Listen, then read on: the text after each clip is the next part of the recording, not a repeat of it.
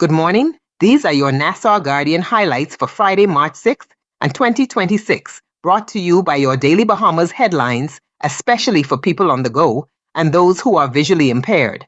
Leading the news today, the dispute between the government and the Grand Bahama Port Authority continues to unfold following the recent arbitration ruling over governance and financial issues in Freeport. Prime Minister Philip Davis says the Port Authority will remain in Freeport, but under what he describes as a new status quo with clearer rules and stronger government oversight. He maintains that no private entity can stand above Bahamian law and says the government will ensure that sovereignty and accountability are respected in the city. GBPA Co-Chairman Rupert Hayward has responded in an open letter saying the Port Authority is also not going anywhere and calling for fairness and respect in the public debate. Hayward emphasized his family's deep Bahamian roots and long involvement in Freeport's development. The issue stems from the government's claim that the Port Authority owes hundreds of millions of dollars for services provided in the port area.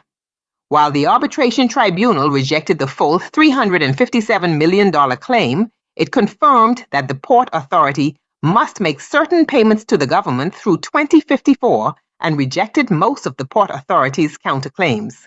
In other national news, opposition leader Michael Pentard says the government's record revenue collections are not translating into a better quality of life for Bahamians. During debate on the mid-year budget, Pentard argued that many vendors, contractors, and public servants are still waiting to be paid despite increased government income. He pointed to figures showing government arrears and unpaid invoices reaching about $241 million by the end of last year. Meanwhile, Health Minister Dr. Michael Darville says the government is still negotiating with the United States regarding the recruitment of Cuban healthcare workers to help address staffing shortages. Darville says the Bahamas hopes to eventually hire Cuban professionals directly while also recruiting nurses and specialists from countries such as Ghana, the Philippines, and India. Also making news, 100 residents in Abaco have received life-changing cataract surgeries thanks to a partnership between the World Cataract Foundation, Liquid Legacy, and the Ministry of Health. The procedures were performed at the Marsh Harbor Healthcare Center and normally cost about $15,000 each.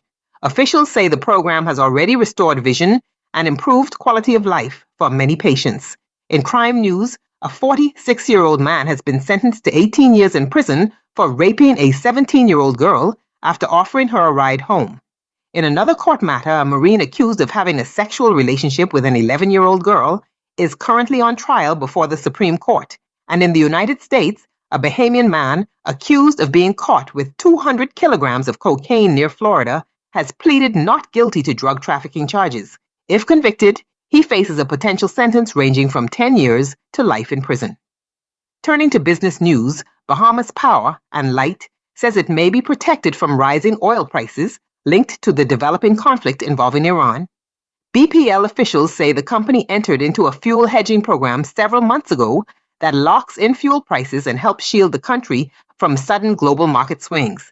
Prime Minister Davis also says new power purchase agreements with private energy producers will gradually reduce government subsidies to BPL, particularly on the Family Islands, where electricity costs are much higher.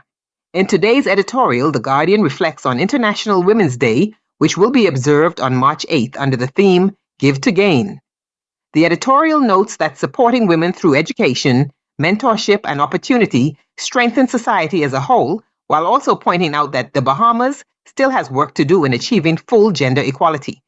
And those are your Nassau Guardian highlights for this Friday. To read these stories in full and many more, be sure to purchase a copy of today's Nassau Guardian or visit their website to see the full edition and additional stories.